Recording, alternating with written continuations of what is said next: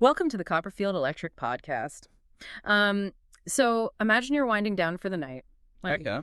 You reach over, you plug your phone charger into the bedroom wall, and you go to sleep.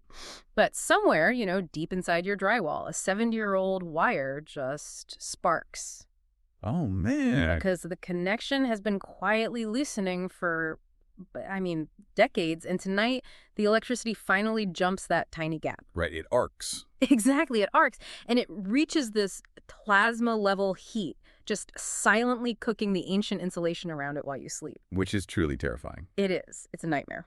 So today, we are taking a deep dive into territory that, it keeps a lot of homeowners awake at night. Oh, absolutely. We're talking about the incredibly stressful, high-stakes decision of how to rewire an aging home. And for this deep dive, our mission is to unpack a recent breakdown. It is an article by Renee Hernandez from August 20th, 2026, called Pros and Cons of Rewiring a House Room by Room. And we're also cross-referencing that with the official service guidelines from Copperfield Electric. So, okay, let's unpack this. Home wiring is basically the nervous system of your house, right? It's a great way to look at it. Yeah, you don't think about it until your arm goes numb, or, in this case, a breaker trips, or worse, an outlet starts smoking. And when that happens in an older home, the diagnosis is just terrifying. Terrifying, and I would say usually heavily misunderstood by homeowners. Yeah. Because we aren't talking about a cosmetic fix here. This isn't swapping out a dated chandelier in the dining room. Right. We're talking about the fundamental safety infrastructure hidden behind the plaster. And the Hernandez source material specifically calls out two massive culprits that really define this danger in older homes. Okay, what are they? First, you have knob and tube wiring. I've heard of that. Yeah, which is standard in homes built before the 1940s. And then you have aluminum wiring, which was a cheaper alternative to copper that was used heavily during the housing booms of the 1960s and 1970s. Okay, so if I'm a homeowner, my immediate thought is probably, well, my house hasn't burned down since 1970, so the wiring must be perfectly fine, right? Like, it's survived this long. Which is totally logical. Yeah. But the underlying mechanics of these systems, they tell a completely different story. They do. They do, and it requires looking at why they fail, not just the fact that they are old. Let's take the knob and tube wiring first. Sure. It has two distinct critical flaws by modern standards. The first is that it completely lacks a ground wire. Oh, wow. Yeah.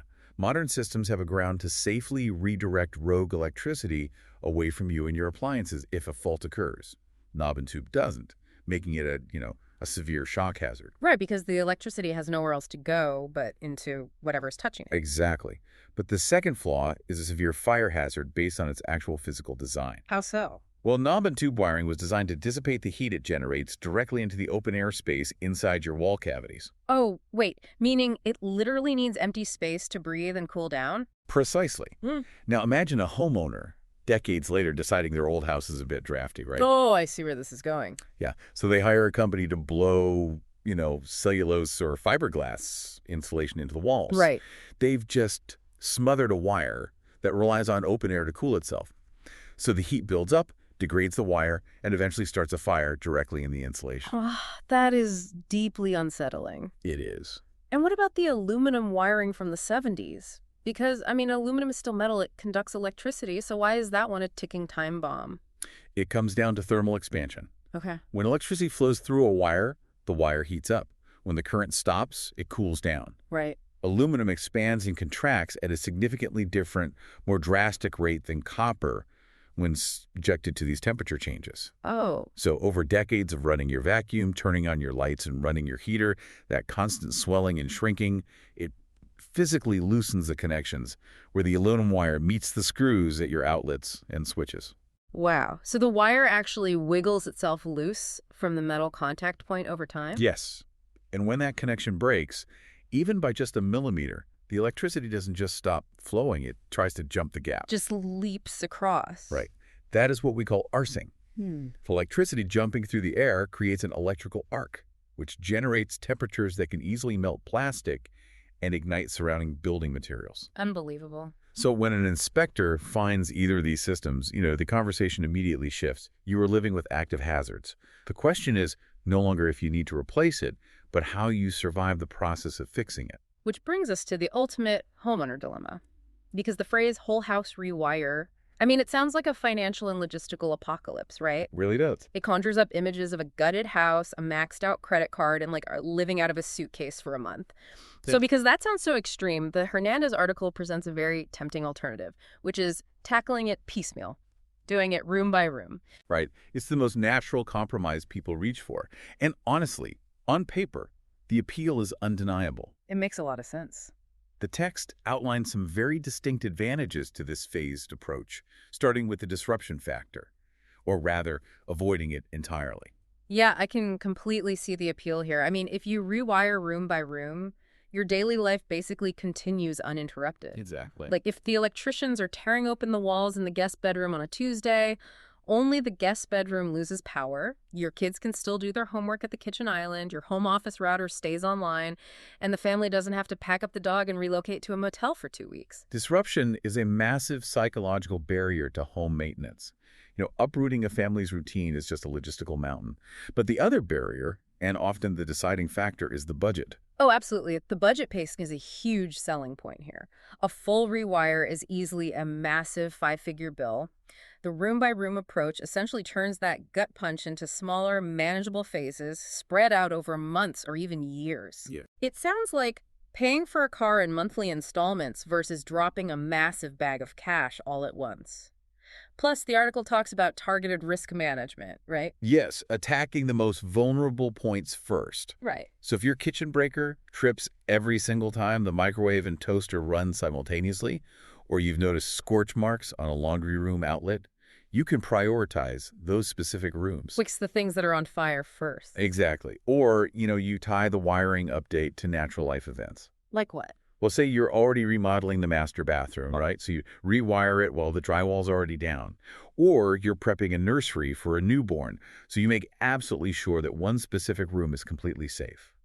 You are solving the problem organically as life and cash flow allow. Okay, but here's where it gets really interesting, because while that installment plan sounds great for cash flow, I am looking at the logistical reality of getting this done. The article mentions something called the California permit trap. Ah, yes, the trap. Wait, so even if I pull one umbrella permit for my entire house, I still have to physically get a city inspector out to my property twice for every single room I upgrade. That sounds like an absolute scheduling nightmare. What's fascinating here is that it is a profound scheduling nightmare, and it completely guts the convenience factor of the piecemeal approach. Really? Oh, yeah. In places like California, electrical inspections for this kind of structural work follow an incredibly strict, non-negotiable sequence. You have the rough-in inspection, and then you have the final inspection. Okay, I'm not a contractor. Walk me through the mechanics of that. What actually happens during a rough-in? Sure. During a rough-in, the electrician has run all the fresh, modern cable, which is usually referred to as Romex. Romex, okay. Yeah, it's a standard non-metallic sheaths cable used today. So they run it through the exposed wooden studs of your walls. But the crucial part is that the drywall hasn't been put back up yet. So the walls are just open? Wide open. And the municipal inspector has to physically drive to your property, walk through the construction zone, visually verify the routing of the wires, check that the cables are secured properly with staples, and ensure the electrical boxes are placed correctly. Wow. And only after they physically sign off on that exposed work are you legally permitted to close the walls back up. Okay, so then what? Then the walls get patched, painted, the outlets are wired in, and the inspector comes back a second time for the final, Daisy, to test that the finished circuit works safely. Okay, let me do the math on that.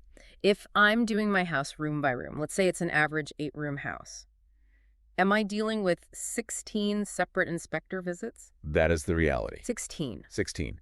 Even if your local jurisdiction allows you to pull a single overarching permit for the property, you are bound by the laws of physics and municipal scheduling. You have to coordinate your electrician's availability with the city inspector's availability 16 times. Oh my gosh. And municipal inspectors do not give you exact appointment time. Oh, right. It's like the cable company. Exactly. They give you a block, like between 8 a.m. and 1 p.m.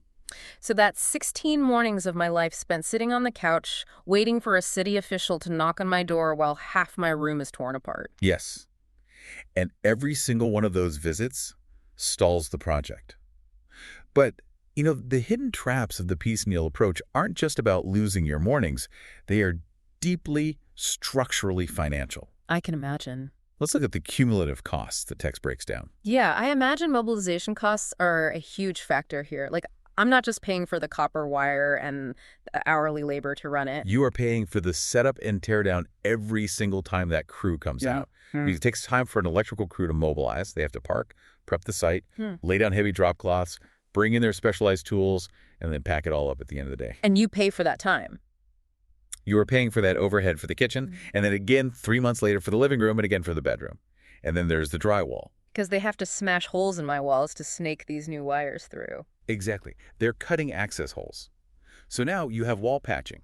You have to hire a drywaller to come out, mud and take the holes, wait for it to dry, sand it down, match the texture of your existing wall, and then you have to match the paint and touch it up.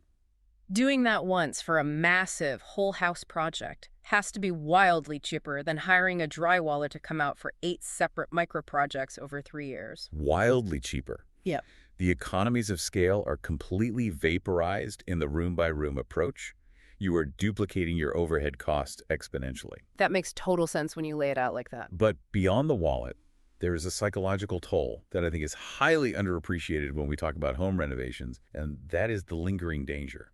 The anxiety of living in a hybrid house. Exactly. Think about the scenario we painted earlier. You finish the kitchen and the nursery. You feel fantastic about them. They're safe. They have grounded, modern Romex wiring. But the rest of your house, the hallway you walk down every night, the attic above your head, the master bedroom, is still quietly running on that 1930s knob and tube or the Arsing 1970s aluminum. Wow, yeah, if you are listening to this right now and thinking about that one outlet in your hallway that randomly flickers when the vacuum is on, this is why you can't ignore it. Yeah. It's not like the old wire just pauses its aging process while you spend a year saving up for the next phase. It is actively degrading while you sleep. It is actively carrying the exact same fire hazard it always was.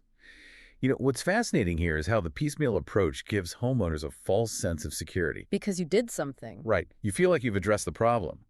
But behind the plaster in the living room, the genuine physical risk remains entirely unresolved. But there's another major trap the article highlights, and this requires understanding the home as a system. It's the failure to future-proof. Okay, this goes straight to the electrical panel, doesn't it? Yes. Think of your electrical panel like the main water pipe coming into your house from the street. Okay. That main pipe has a maximum capacity of water it can deliver. If you add 10 massive new fire hoses to your house, the main pipe can't keep up, the pressure drops, and the system fails. Sure. Your electrical panel is the same. It has a maximum amperage limit. When you rewire an entire house at once, the electrician calculates the total load. They look at your HVAC, your major appliances, and they ask you about your long-term plans. Like if I want to upgrade things. Exactly. Are you buying an electric vehicle? Are you transitioning to a smart home? Are you switching from a gas stove to an induction cooktop? Right, because an electric vehicle isn't like a toaster. A toaster pulls power for 2 minutes. An EV charger pulls a massive continuous current for 8 hours straight. Exactly. It's a continuous heavy load. Yeah. So if you do a full rewire, they size the panel perfectly to handle all of that right from day one. Makes sense. But if you do it room by room, you are essentially flying blind. You are guessing at the home's future demand in isolated, fragmented chunks. Oh, because you don't have the whole picture yet. Right. It is incredibly difficult to accurately size and balance a panel's load when you are only upgrading 10% of the circuits at a time. You might finish your stressful, multi-year phased rewire only to buy an EV a year later and realize your panel physically cannot handle the amperage. And then what? Which means you are paying to upgrade the panel all over again. Man, okay, so the piecemeal approach has these massive hidden financial traps, scheduling nightmares with city inspectors. It leaves you guessing on your home's total capacity, and it leaves you sleeping surrounded by fire hazards. Pretty much. That naturally pushes us to look at the alternative, which is ripping the Band-Aid off. The full, whole house rewire. If we connect this to the bigger picture, treating the electrical system as one unified, holistic project is really the only way to genuinely modernize a home efficiently. And according to the breakdown, it is actually cheaper in total cost. Oh, yeah. Like, yes, the upfront number is scary because you're writing one large check. But you aren't paying for 16 inspector visits and 8 different mobilization and drywall patching sessions. You pay for mobilization once, you patch the drywall once, you paint once. And crucially, you solve the entire safety hazard in one fell swoop. The whole home meets current code on the exact same day. Right. And from a property value standpoint, this is vital for a real estate transaction. Oh, like a clean inspection report. Precisely. Imagine a prospective buyer's inspector walking through a home. Okay. If they see a brand new panel and a clean signed-off permit for a full whole house rewire, that is a massive selling point. It's total peace of mind. Sure. But if they see a house with mixed wiring, like modern Romex in the kitchen, but dangerous knob and tube in the attic, that throws up immediate red flags. I would definitely walk away from that. Right. It severely complicates the sale. It leads to heavy demands for price reductions. Yeah. Or it scares the buyer away entirely because they know they will inherit the nightmare of finishing the job. So what does this all mean for the people actually living in the house? Like, we established the timeline is usually 1 to 2 continuous weeks for an average property. Usually, yes. Are they just stepping over exposed floorboards, eating takeout in the dark, and breathing drywall dust for a fortnight? In a word, yes. Wow. If you attempt to stay in the house during a full rewire, you are choosing to live in an active construction zone. Power will be completely cut to major sections of the home for days at a time. Walls will be open, there will be constant noise, dust on every surface, and multiple crew members in your personal space from morning until evening. That sounds incredibly stressful to endure. It is, which is why the text notes that families almost always have to vacate. They just leave. Yeah, they time the rewire with a planned vacation, they stay with relatives, or they bite the bullet and get a short-term rental. The alternative is rolling the rewire into a major gut renovation before they even move into a newly purchased home. Right. You are trading this slow, lingering, multi-year disruption of a phased approach for one intense, highly localized burst of chaos. Okay, so we've laid out the 2 paths. You save your immediate sanity and cash flow with the room-by-room approach. Or you save your long-term budget, eradicate the fire hazards immediately, and properly future-proof your home with the full rewire. Exactly. But because panel upgrades and full rewires require such strict municipal compliance, especially with those California permit traps we just discussed, you can't just hire a neighborhood handyman. No, absolutely not. You need a team heavily embedded in local code, which brings us to the operational guidelines from Copperfield Electric. Right. Executing either of these plans is not a theoretical exercise. It requires a granular understanding of your specific home's architecture, load calculations, and the local municipal offices. Yeah. And that is exactly where a deeply embedded company like Copperfield Electric becomes necessary. And looking at their footprint, they are a massive presence in Southern California. They serve all across Orange County. We're talking Irvine, Anaheim, Santa Ana, Costa Mesa, Newport Beach. And it extends out to Mission Viejo, Tustin, Fullerton, and Huntington Beach. And being embedded locally matters tremendously when you are fighting through the permit trap. Right, because of the inspectors. Yes. You need a team that understands the specific quirks and schedules of the permitting office in Anaheim versus the permitting office in Costa Mesa. Copperfield Electric highlights that they are fully licensed, bonded, and insured, which should be the absolute bare minimum baseline you accept when someone is opening up your walls to fix a fire hazard. But they actually go well beyond the baseline. They do. Their documentation emphasizes a 100% satisfaction guarantee, highly competitive pricing, and crucially, professionals who are fully background checked. That's huge. If I'm handing over the keys to my house for 2 weeks while I take my family to a hotel, knowing every person walking through my front door is background checked provides a massive level of peace of mind. Absolutely. They also emphasize a true 24/7 emergency response. Oh, that's good. Because, as we discussed with that thermal expansion issue, electrical emergencies, like an old aluminum wire finally are risking and burning out a circuit inside your wall, they do not conveniently stick to standard business hours. No, they happen at 2 in the morning on a Sunday. Exactly. Which is when you really don't want to be scrolling the internet looking for someone who might answer the phone. Right. But let's look at the strategic advice they offer, which actually serves as a brilliant bridge between the 2 approaches we've been debating. The sources suggest that regardless of whether you choose the room-by-room path or the all-at-once path, there is a very specific first move you should make. Yes. They highly recommend having an expert check your main electrical panel first. Just start there. Start there. Upgrading the panel can set a safe, modernized foundation for the entire house. Think back to our water main analogy. The pipe from the street. Right. If you get the panel size correctly for your future needs, ensuring it can handle the EV charger, the induction stove, the smart HVAC, then every single room you rewire later connects back to a safe, modern hub. It's exactly like making sure the foundation of a house is solid before you start remodeling the Mm. bedrooms. Yes. The panel is your foundation. You wouldn't build a beautiful, expensive new master suite on a concrete slab that's actively crumbling into the earth. Exactly. An honest electrical expert, which Copperfield prides itself on being, will diagnose the true physical state of that foundation. They won't just blindly sell you a full rewire if a phased approach, starting strictly with a panel upgrade, is genuinely what fits your immediate budget and risk profile best. They analyze the whole system. They do. So to recap the core takeaway from our deep dive today, tackling an aging electrical system is fundamentally a game of trade-offs.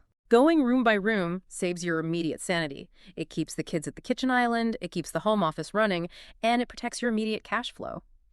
But committing to the full whole house rewire is what ultimately saves your long-term budget, removes the lingering fire hazards in a single stroke, and properly future-proofs your home for modern technology. This raises an important question, though. Yeah. A thought to leave everyone with. We are currently watching society push aggressively toward total electrification. Very true. We are seeing state mandates phasing out the sale of new gas cars, municipalities restricting natural gas stoves in new construction, and the growing reliance on decentralized smart grids. The electrical demand on our home panels is skyrocketing exponentially compared to even 10 years ago. Oh, without a doubt. So at what point does a home's hidden electrical capacity become just as critical to its actual property value as its square footage, the view from the backyard, or the quality of the local school district? Wow, that is a fascinating way to look at it. We spend all our time looking at the granite countertops and the hardwood flooring, but the real sustainable value is in the wires hidden behind the drywall. Absolutely. It really brings us right back to where we started. Your home's electrical wiring is its nervous system. And as we ask our homes to do more and more heavy lifting, that nervous system has to be robust. If you've been living in an older home and trying to ignore those little warning signs, it might be time to stop ignoring the numb arm and get a professional diagnosis. Check your panel, check your wiring history, and make a plan. Until next time, stay safe and stay curious.